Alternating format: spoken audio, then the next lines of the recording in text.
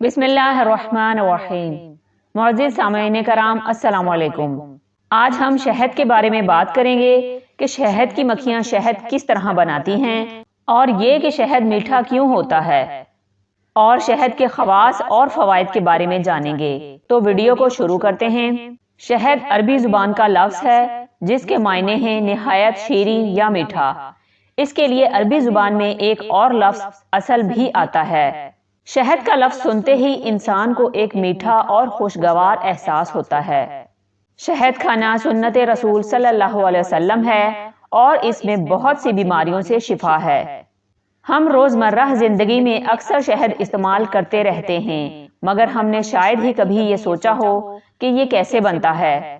شہد بننے کی کہانی اتنی عجیب و غریب ہے کہ انسان قدرت کی کاریگری پر حیران رہ جاتا ہے، اور انسان کا دل ایک بار پھر یہ اعتراف کرنے پر مجبور ہو جاتا ہے کہ سب تعریفیں اسی کے لیے ہیں۔ وہ واحد یکتا اور یگانہ ہے، اور اس کا کوئی شریک اور ہمسر نہیں۔ عام طور پر یہ سمجھا جاتا ہے کہ شہد کی مکھیاں پھولوں کے رس سے شہد بناتی ہیں، مگر حقیقت یہ ہے کہ وہ پھولوں سے جو رس چوستی ہیں وہ سب کا سب شہد نہیں ہوتا، بلکہ اس کا صرف 1/3 حصہ شہد بنتا ہے۔ تاہم شہد کی مکھیوں کو شہد بنانے کے لیے سب سے پہلے پھولوں کا رس درکار ہوتا ہے، چنانچہ وہ اس کی تلاش میں ہر وقت باغوں اور باغیچوں میں سرگرداں رہتی ہیں۔ جب یہ مکھیاں کسی جگہ پھولوں کا رس پاتی ہیں تو ایک خاص قسم کا رقص کرنا شروع کر دیتی ہیں، جس سے دوسری مکھیوں کو پتہ چل جاتا ہے کہ اس جگہ رس موجود ہے، اور وہ سب وہاں رس چوسنے کے لیے اکٹھی ہو جاتی ہیں۔ آپ یقیناً یہ جان کر حیران ہوں گے کہ شہد کی مکھیوں کو نصف کلو شہد بنانے کے لیے 20 لاکھ پھولوں کا رس حاصل کرنا پڑتا ہے، اور اس کے لیے یہ مکھیاں تقریباً 30 لاکھ اڑانیں بھرتی ہیں، یعنی وہ 30 لاکھ مرتبہ پھولوں سے اپنے چھتے تک آتی ہیں اور جاتی ہیں۔ یہ فاصلہ جو وہ اتنی مرتبہ آنے اور جانے میں طے کرتی ہیں وہ تقریباً 50,000 میل کے برابر ہوتا ہے۔ شہد کی مکھیوں کا رہن سہن انسانوں سے ملتا جلتا ہے۔ ان کی ایک ملکہ ہوتی ہے جو قد و قامت اور جسامت میں عام مکھیوں سے بڑی ہوتی ہے۔ یہ 6,000 سے 12,000 کے قریب انڈے دیتی ہے۔ باقی مکھیوں پر اس کی بادشاہت چلتی ہے۔ ملکہ مکھی ان کی مختلف قسم کی ڈیوٹیاں لگاتی ہے، مثلاً کچھ مکھیاں اس کے حکم سے خوراک کے ذخائر تلاش کرنے اور پھلوں پھولوں سے ان کا رس چوسنے کے لیے جاتی ہیں، اور کچھ ان کی نگرانی کرتی ہیں۔ رس اکٹھا کرنے کے بعد شہد کی مکھیاں اس سے شہد بنانا شروع کر دیتی ہیں۔ اس مرحلے پر وہ سب سے پہلے اپنے پروں کو پنکھوں کی طرح استعمال کر کے اس رس میں موجود فالتو پانی کو بھاپ کی طرح اڑا دیتی ہیں۔ پانی اڑانے کے بعد ایک میٹھا گاڑھا رس باقی رہ جاتا ہے جس کو مکھیاں چوس لیتی ہیں۔ ان مکھیوں کے منہ میں ایسے غدود ہوتے ہیں جو اپنے عمل سے اس رس کو شہد میں تبدیل کر دیتے ہیں۔ پھر مکھیاں اس تیار شہد کو اپنے چھتے کے سوراخوں میں بھر دیتی ہیں۔ یہ سوراخ خاص طور پر اس طرح سے بنے ہوتے ہیں کہ ان میں شہد محفوظ رہتا ہے۔ یہ سوراخ چھتا بنانے والی مکھیاں اس طرح سے بناتی ہیں کہ شہد ٹن پیک غذا کی طرح محفوظ ہو جائے۔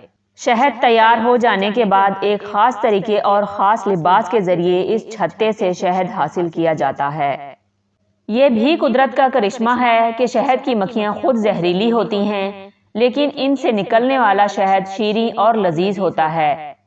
یہ بھی باعث حیرت ہے کہ شہد کی مکھیاں جس قسم کے پھول، پھل یا خوراک کھاتی ہیں، شہد کا ذائقہ بھی اسی طرح کا ہو جاتا ہے، جبکہ باقی جانور مثلاً گائے، بھینس وغیرہ جس قسم کی خوراک کھائیں، دودھ کی سفیدی یا ذائقے میں فرق نہیں پڑتا۔ شہد میں اللہ پاک نے انسانوں کے لیے شفا رکھی ہے۔ قرآن مجید میں آتا ہے فیہ شفاء للناس۔ آقائے دو جہاں صلی اللہ علیہ وسلم کے پاس ایک آدمی آیا اور اس نے اپنے بھائی کی بیماری بتا کر علاج دریافت کیا، تو حضور نبی کریم صلی اللہ علیہ وسلم نے اسے شہد استعمال کرنے کے لیے کہا۔ اس نے 3 بار شہد استعمال کیا لیکن افاقہ نہ ہوا۔ اس نے حضور اکرم صلی اللہ علیہ وسلم کو آگاہ کیا تو آپ صلی اللہ علیہ وسلم نے فرمایا، اللہ کا کلام سچا ہے لیکن تیرے بھائی کا پیٹ جھوٹا ہے، جا کر پھر شہد کھلاؤ۔ اس نے جا کر چوتھی بار شہد استعمال کرایا تو مریض تندرست ہو گیا۔ حضرت عبداللہ ابن عمر رضی اللہ تعالی عنہ ہر بیماری میں شہد استعمال کرتے تھے، حتیٰ کہ اگر کوئی پھوڑا پھنسی وغیرہ نکل آتی تو اس پر بھی شہد کا لیپ چڑھا لیتے۔ کسی نے کہا کہ حضرت یہ کیا؟ تو فرماتے فیہ شفاء للناس۔ نبی کریم صلی اللہ علیہ وسلم ایک مرتبہ ایک غزوے میں تشریف لے جا رہے تھے کہ راستے میں پڑاؤ ڈالا اور دسترخوان بچھایا گیا۔ صرف خشک جو کی روٹی دسترخوان پر تھی، سرکہ سالن وغیرہ کچھ بھی نہ تھا جس کے ساتھ روٹی کھائی جاتی۔ اسی دوران ایک شہد کی مکھی آئی، اس نے نبی کریم صلی اللہ علیہ وسلم کے ارد گرد بھن بھنانا شروع کر دیا۔ نبی کریم صلی اللہ علیہ وسلم نے اس کے ساتھ گفتگو کی، پھر صحابہ کی طرف متوجہ ہوئے اور فرمایا کیا تمہیں معلوم ہے یہ مکھی کیا کہہ رہی ہے؟ صحابہ کرام رضی اللہ تعالیٰ عنہ نے جواب دیا اللہ اور اس کے رسول ہی بہتر جانتے ہیں۔ تو آپ صلی اللہ علیہ وسلم نے فرمایا کہ یہ کہتی ہے کہ ہمارا ایک غار میں شہد کا چھتا ہے، آپ صلی اللہ علیہ وسلم کسی صحابی کو ہمارے ساتھ بھیجیں تاکہ وہ شہد لے آئے۔ آپ صلی اللہ علیہ وسلم نے حضرت علی رضی اللہ تعالیٰ عنہ سے فرمایا کہ جاؤ شہد لے آؤ۔ حضرت علی رضی اللہ تعالیٰ عنہ گئے اور شہد لے آئے، پھر سب نے کھانا کھایا۔ دوبارہ شہد کی مکھی آئی اور نبی کریم صلی اللہ علیہ وسلم سے باتیں کرنے لگی۔ نبی کریم صلی اللہ علیہ وسلم نے مکھی سے پوچھا کہ یہ شہد کیسے بناتی ہو؟ تو اس نے کہا کہ جب ہم رس لے کر آتی ہیں تو یہ میٹھا نہیں ہوتا بلکہ بد مزہ ہوتا ہے۔ اس رس کو جمع کرنے کے بعد ہم سب مل کر آپ صلی اللہ علیہ وسلم پر درود شریف پڑھتی ہیں تو یہ میٹھا ہو جاتا ہے۔ اسی لیے شہد کو شافی بھی کہا جاتا ہے کہ یہ بیماریوں کے لیے شفا ہے۔ یہ ہے درود پاک کی برکت۔ جب یہ کڑوے رس کو میٹھا کر سکتا ہے تو ہماری دنیا و آخرت کو کیوں نہیں بدل سکتا؟ بدل سکتا ہے اگر ہم گناہوں کو چھوڑیں اور کثرت سے درود پاک پڑھیں تو ہماری زندگیاں بدل سکتی ہیں۔ شہد انسانی جسم کے لیے ایک بنیادی خوراک کی حیثیت رکھتا ہے اور ہمارے لیے تحفہ خداوندی ہے۔ چنانچہ شہد کے فوائد سے متعلق قرآن مجید میں ارشاد الہی ہے اس میں لوگوں کے لیے شفا ہے۔ سورہ نحل کی آیت نمبر 69 ترجمہ اس میں لوگوں کے لیے شفا ہے۔ نبی کریم صلی اللہ علیہ وسلم کی پسندیدہ غذاؤں میں شہد سب سے اہم ہے۔ حضرت ابو ہریرہ رضی اللہ تعالیٰ عنہ سے مروی ہے آپ صلی اللہ علیہ وسلم نے فرمایا جو شخص ہر مہینے میں 3 دن شہد پیے اسے کوئی بڑی تکلیف نہیں ہوگی۔ اسے ابن ماجہ اور بہقی شریف نے روایت کیا ہے۔ ایک اور حدیث مبارکہ ہے 2 چیزوں سے صحت حاصل کرو، ایک شہد اور دوسری قرآن مجید۔ اسے ابن ماجہ نے روایت کیا ہے۔ جدید سائنسی تحقیق سے ثابت ہوا ہے کہ شہد میں glucose, magnesium, potassium, sulphur, sodium, calcium, phosphate, تانبا، آیوڈین اور زنک کے علاوہ بہت سی قسموں کے ہارمونز پائے جاتے ہیں۔ اس کے علاوہ اس میں حیاتین B1، B2، B3، B5 اور B6 شامل ہوتی ہے۔ شہد بہت سی بیماریوں کی کامیاب دوا ہے اور یہ حیرت انگیز خصوصیات اور شفائی اثرات کا حامل ہے۔ اتباع کا کہنا ہے کہ شہد بہت سی بیماریوں کا کافی و شافی علاج ہے۔ اس کے دیگر بہت سے معجزاتی کمالات اور فوائد ہیں۔ مثلاً شہد زود ہضم ہے اور یہ گردوں اور انتڑیوں کے فعال کو بہتر بناتا ہے، ہمارے جسم کو خون بنانے کے لیے درکار توانائی فراہم کرتا ہے اور یہ بہت جلد خون میں شامل ہو جاتا ہے۔